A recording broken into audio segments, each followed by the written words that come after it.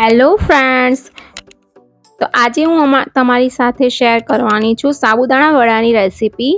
તો સાબુદાણા વડા કઈ રીતે બનાવાય છે તે તમારી સાથે શેર કરવાની છું. તો દોસ્તો, ઉપવાસમાં પણ આ સાબુદાણા વડા ખાઈ શકાય છે. તેવા આપણે આ સાબુદાણા વડાની રેસીપી સ્ટાર્ટ કરીએ બનાવવાની. તો સાબુદાણા વડા બનાવવા માટે સૌથી પહેલાં મેં સાબુદાણા લઈ લીધેલા છે. આ સાબુદાણા 2 વાટકી મેં સાબુદાણા લીધેલા છે અને એને સારી રીતે પાણીમાં ધોઈને એને હવે 5 થી 7 કલાક માટે હું પલળવા મૂકી દઈશ. આ જુઓ, હું હવે ઢાંકીને 5 થી 7 કલાક માટે મૂકી દઈશ. અને બીજી બાજુ આપણે સાબુદાણા સાથે ખાવા માટે એક સ્પેશિયલ ચટણી બનાવીશું, જે હોટલમાં અને રેસ્ટોરન્ટમાં મળે છે એવી. તો એની માટે સૌથી પહેલાં મેં અહીંયા આગળ સિંગદાણા લઈ લીધેલા છે અને સિંગદાણાને આપણે થોડા શેકી લઈશું બરોબર રીતે. અને અને આ રીતે તમને દેખાય છે શેકાઈ ગયેલા છે, થોડા કાળા થોડા પડવા માંડે તો આપણા સાબુદાણા શેકાઈ ગયા છે. હવે આપણે એને કાઢી લઈશું. તો તમે જોઈ શકો છો કે આ સિંગદાણા શેકાઈ ગયા છે.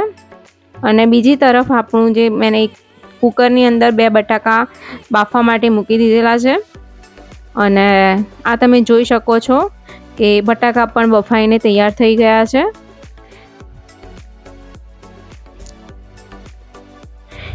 તો ફ્રેન્ડ્સ, હું તમારી સાથે એક સિક્રેટ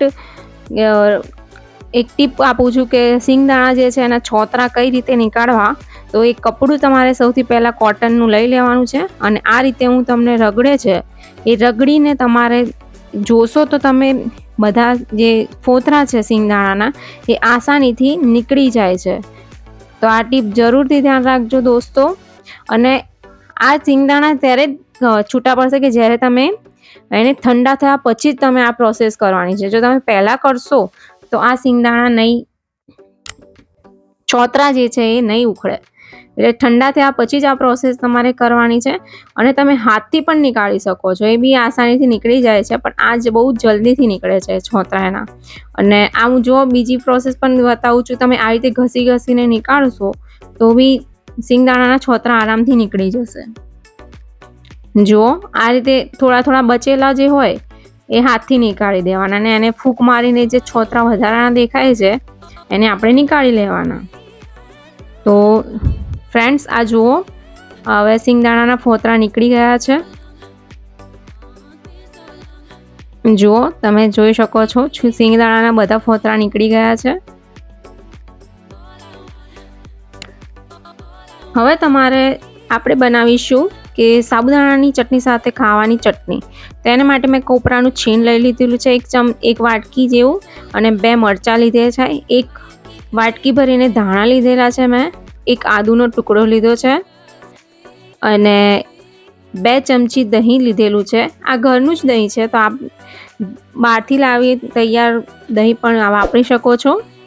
આ જુઓ, મેં 2 ચમચી દહીં નાખી દીધું છે. અને આ ચટણી બહુ જ સરસ લાગે છે ફ્રેન્ડ્સ.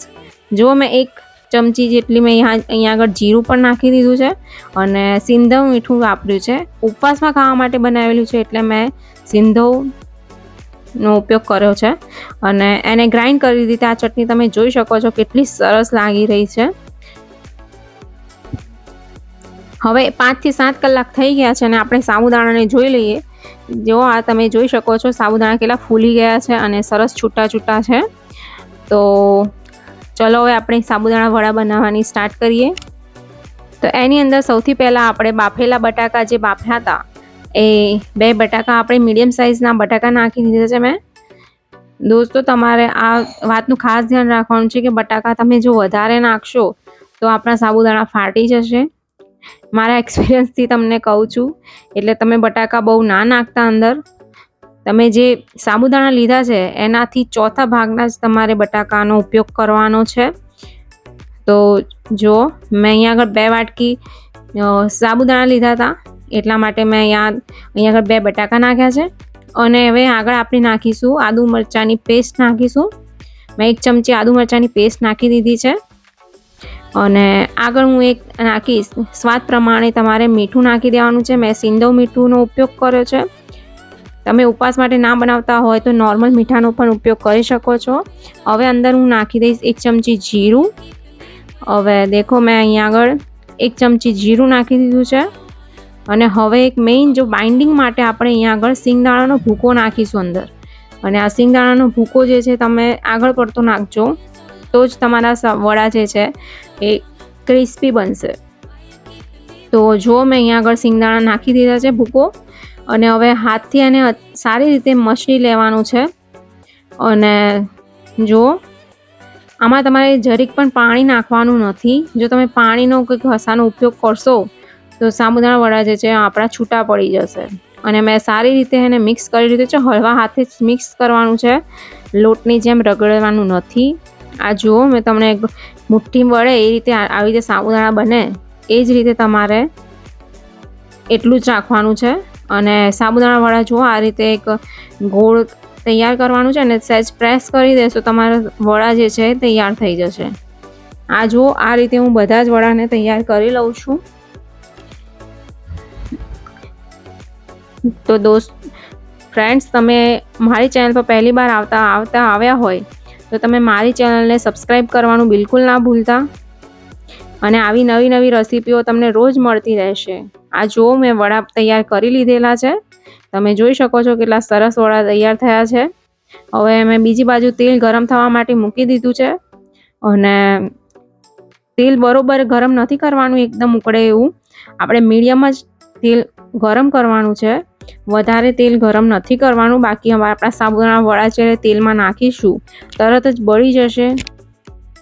હવે તેલ ગરમ થઈ ગયું છે અને હું આ સાબુદાણા વડાને તેલની અંદર નાખી દઉં છું. જુઓ મેં અહીંયા આગળ વડાને નાખી દીધા છે. અને થોડા ગોલ્ડન બ્રાઉન જેવા થોડા લાલ પડતા થાય ત્યારે આપણે પલટાવવાના છે. તરત ના પલટાવતા તમે, બાકી ચોંટી જશે ચમચો જે છે એની પર અને કદાચ વડા છૂટા પણ પડી જાય. એટલે ખાસ ધ્યાન રાખીને તમારે એને તળવાના છે. આ તમે જોઈ શકો છો કેટલા સરસ વડા આપણા બનીને તૈયાર થયા છે. જો તમે ફૂલીને દડા જેવા થઈ ગયા છે. અને ચલો ફ્રેન્ડ્સ, હવે આપણે સર્વિંગ કરી લઈએ. આ સાબુદાણા વડા તૈયાર થઈ ગયા છે. તો ફ્રેન્ડ્સ, તમને આજનો વિડીયો પસંદ આવ્યો હોય તો મારી વિડીયોને લાઈક કરવાનું બિલકુલ ના ભૂલતા. અને ચેનલ પર પહેલી વાર આવ્યા તો સબસ્ક્રાઈબ પણ કરી લેજો ફ્રેન્ડ્સ. ચલો આપણે મળીશું આપણે આગલા વિડીયોમાં. ત્યાં સુધી જય શ્રી કૃષ્ણ.